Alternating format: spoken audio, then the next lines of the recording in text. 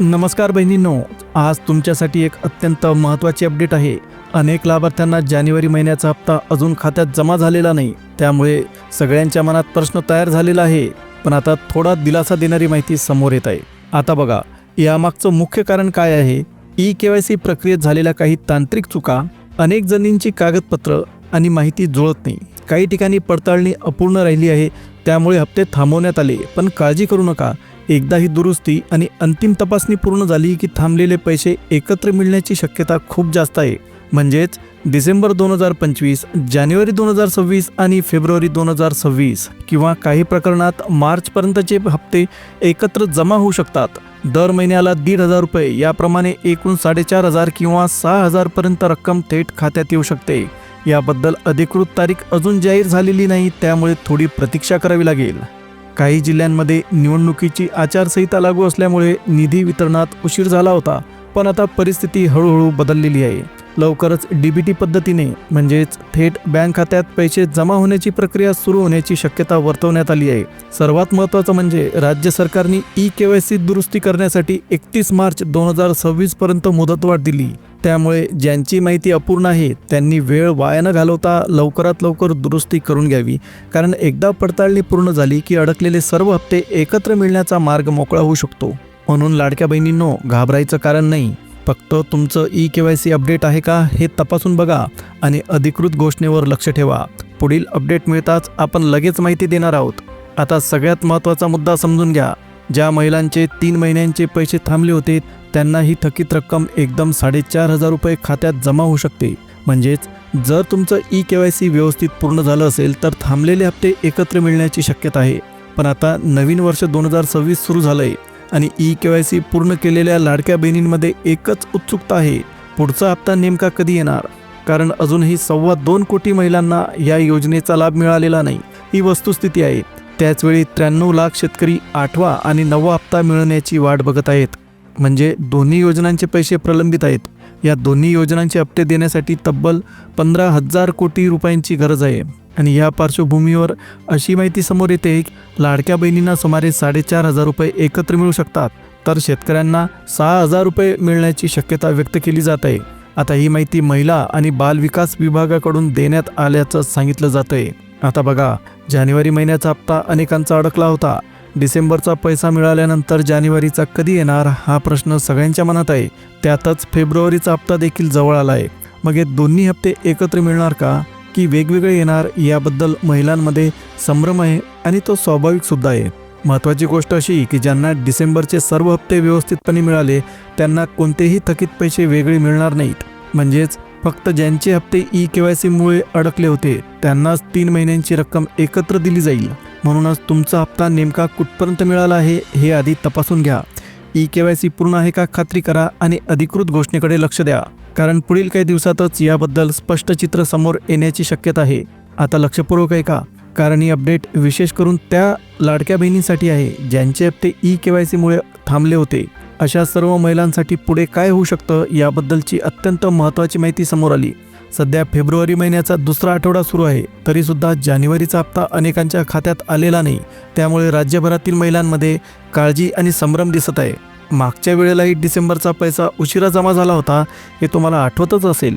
त्यानंतर आता जानेवारीचाही हप्ता लांबल्याने फेब्रुवारीचा पैसा नेमका कधी येणार हा प्रश्न अधिकच तीव्र झाला। आता एक शक्यता अशी बोलली जाते की जानेवारी आणि फेब्रुवारी हे दोन्ही हप्ते एकत्र जमा होऊ शकतात। जर असं झालं तर ज्यांना डिसेंबरपर्यंत सर्व रक्कम व्यवस्थित मिळाली आहे त्यांना जानेवारी आणि फेब्रुवारी मिळून 3,000 रुपये एकत्र मिळू शकतात। पण इथेच खरा प्रश्न आहे, ज्यांचे आधीचे पैसेच थांबले आहेत त्यांचं काय? ज्यांच्या खात्यात ई-केवायसीतील चुका असल्यामुळे रक्कम अडकली होती त्यांच्याबद्दल वेगळा निर्णय घेतला जाऊ शकतो का, याची सगळ्यांनाच उत्सुकता आहे। त्यामुळे दोन्ही महिने एकत्र येणार का हा प्रश्न वारंवार विचारला जातोय। काही ठिकाणी जिल्हा परिषद निवडणुकीपूर्वी पैसे जमा होतील अशी चर्चा होती, पण निवडणुका संपून बराच काळ झाला, तरीसुद्धा अद्याप रक्कम खात्यात दिसत नाही। त्यामुळे महिलांमध्ये नाराजी आणि प्रश्न दोन्ही वाढलेले दिसतात। म्हणूनच पुढील अधिकृत घोषणेची सगळ्यांनाच प्रतीक्षा आहे। तुमचा हप्ता कुठपर्यंत आला आहे, ई-केवायसी पूर्ण आहे का हे तपासून ठेवा, कारण निर्णय काहीही असो, एकत्र हप्ता असो की वेगळा, अधिकृत माहिती आल्यानंतरच चित्र पूर्णपणे स्पष्ट होईल। आता सगळ्यांच्या मनात एकच प्रश्न, हे थांबलेले हप्ते फेब्रुवारीपर्यंत मिळणार का की अजून पुढे ढकलले जाऊन थेट मार्चपर्यंत जाईल? कारण बघा, अनेक लाडक्या बहिणी डिसेंबरपासून पैशांची वाट बघत आहेत. जानेवारी महिन्याचा हप्ता तर विशेष करून मोठ्या प्रमाणात उशिरा आला आहे. खरं तर जानेवारीचा पैसा फेब्रुवारीच्या पहिल्या आठवड्यात जमा व्हायला हवा होता, पण आता दुसरा आठवडा सुरू झाला आहे तरी सुद्धा वितरणाची प्रक्रिया सुरू झालेली दिसत नाही. या दरम्यान एक अत्यंत महत्त्वाची गोष्ट स्पष्ट झाली. या योजनेअंतर्गत प्रत्येक महिलेला हप्ता मिळणार नाही. फक्त पात्र आणि ज्यांनी EKYC प्रक्रिया पूर्ण केली आहे त्यांनाच हप्ता दिला जाईल. त्यामुळे सरकारने 31 मार्चपर्यंत EKYC दुरुस्तीची संधी दिली. आता आठवा, नोव्हेंबर आणि डिसेंबरमध्ये अनेक महिलांचे पैसे थांबले होते. याचं कारण म्हणजे KYC मध्ये झालेल्या छोट्या मोठ्या चुका. पण ज्या महिलांची माहिती व्यवस्थित होती त्यांना डिसेंबरपर्यंतचे सर्व 18 हप्ते जमा झालेले आहेत. मात्र त्यांचाही 19वा हप्ता म्हणजे जानेवारीचा अजून प्रलंबित आहे. आणि ज्या महिलांच्या KYC मध्ये त्रुटी आढळल्या त्यांना नोव्हेंबर, डिसेंबर आणि आता जानेवारीचे हप्ते मिळालेले नाहीत. अशा लाभार्थींनी 31 मार्चपूर्वी आपली माहिती पुन्हा तपासून आवश्यक ते बदल करून घ्यायचे आहेत. कारण एकदा पडताळणी पूर्ण झाली की पुढील निर्णयानुसारच त्यांना थांबलेले हप्ते मिळू शकतात. आता महत्त्वाचा मुद्दा असा की 31 मार्चपर्यंत ज्यांच्या कागदपत्रांमध्ये त्रुटी होत्या त्या लाडक्या बहिणींना पुन्हा एकदा पात्र होण्याची संधी सरकारने दिली. म्हणजे जर तुम्ही वेळेत EKYC दुरुस्ती केली तर थांबलेले हप्ते तुम्हाला 31 मार्चपर्यंत कधीही मिळू शकतात. आणखी एक शक्यता अशी बोलली जाते, जेव्हा जानेवारी महिन्याचा हप्ता वितरित होईल त्याचवेळी जर थकीत रक्कम सुद्धा जोडली गेली तर काही महिलांच्या खात्यात थेट 4,500 ते 6,000 रुपये जमा होऊ शकतात. पण लक्षात ठेवा, पैसा फक्त त्यांच्याच खात्यात जाणार आहे ज्यांनी EKYC पूर्ण केली आणि शासनाने ठरवलेल्या अटी पूर्ण केल्या आहेत. आता उदाहरणार्थ, एखाद्या कुटुंबाचं वार्षिक उत्पन्न 2.5 लाख रुपयांपेक्षा कमी असणं आवश्यक आहे. तसेच घरात 4 चाकी वाहन नसणं ही सुद्धा एक अट आहे. या सर्व निकषांमध्ये बसणं आणि त्यासोबत EKYC योग्य प्रकारे पूर्ण असणं अत्यंत गरजेचं आहे. EKYC प्रक्रियेदरम्यान अनेक महिलांकडून काही चुका झाल्या होत्या, त्यामुळे त्यांचा लाभ थांबवण्यात आला. पण शासनाने या चुकांची दुरुस्ती करण्यासाठी पुन्हा संधी दिली. 31 मार्चपर्यंत त्रुटी दुरुस्त करण्याची मुदतवाढ देण्यात आली आहे. महिला व बालविकास विभागाकडून अंतिम मान्यता मिळाल्यानंतरच पुढील हप्त्यांचं वितरण होणार असल्याचं सांगितलं जाते. म्हणून लाडक्या बहिणींनो, वेळ अजून आहे. तुमची माहिती नीट तपासा. गरज असेल तर दुरुस्त करून घ्या. तुमची EKYC स्टेटस लगेच तपासून बघा. काही त्रुटी असतील तर त्या वेळेत दुरुस्त करणं अत्यंत गरजेचं आहे. 31 मार्चपर्यंत ज्या लाडक्या बहिणी पात्र ठरतील आणि ज्यांचे थकीत हप्ते बाकी आहेत त्यांना त्यांचे पैसे मार्चपूर्वी सुद्धा मिळू शकतात. किंवा दुसरी शक्यता अशी आहे की 31 मार्च नंतर अंतिम पडताळणी पूर्ण झाल्यावर एकत्रित रक्कम जमा केली जाऊ शकते. म्हणजे निर्णय 2 पैकी कुठलाही असू शकतो, आधी किंवा नंतर. पण एक गोष्ट स्पष्ट आहे, ज्यांची EKYC पूर्ण आहे तेच पात्र ठरतील. महाराष्ट्र सरकारची अत्यंत लोकप्रिय ठरलेली मुख्यमंत्री माझी लाडकी बहीण योजना सध्या अत्यंत चर्चेत आहे. कारण अनेक महिलांना KYC मधील छोट्या चुका असल्यामुळे अपात्र ठरवण्यात आलं होतं. परिणामी त्यांच्या खात्यात मागील महिन्यापासून पैसे आले नव्हते. त्यामुळे त्यांच्या चिंतेचं वातावरण होतं. आता मात्र दिलासा देणारी बातमी पुढे आली. EKYC प्रक्रियेत झालेल्या तांत्रिक चुकांमुळे ज्यांचे हप्ते थांबले होते त्यांना 4 महिन्यांची रक्कम एकत्र मिळण्याची शक्यता व्यक्त केली जात आहे. म्हणजेच थोडा संयम ठेवा आणि तुमची कागदपत्र नीट पूर्ण करा. कारण एकदा मंजुरी मिळाली की अडकलेले पैसे एकदम खात्यात दिसू शकतात. आता सगळ्यात आधी समजून घ्या, अडचण नेमकी कुठे आहे. लाडकी बहीण योजनेचा लाभ घेणाऱ्या हजारो महिलांच्या खात्यात नोव्हेंबर 2025 किंवा डिसेंबर 2025 पासूनचे हप्ते जमा झालेले नाहीत. यामागचं मुख्य कारण म्हणजे EKYC करताना झालेल्या चुका. काहींनी विचारलेल्या प्रश्नांना चुकीची उत्तर दिलीत तर काहींची प्रक्रिया तांत्रिक कारणांमुळे अर्धवट राहिली.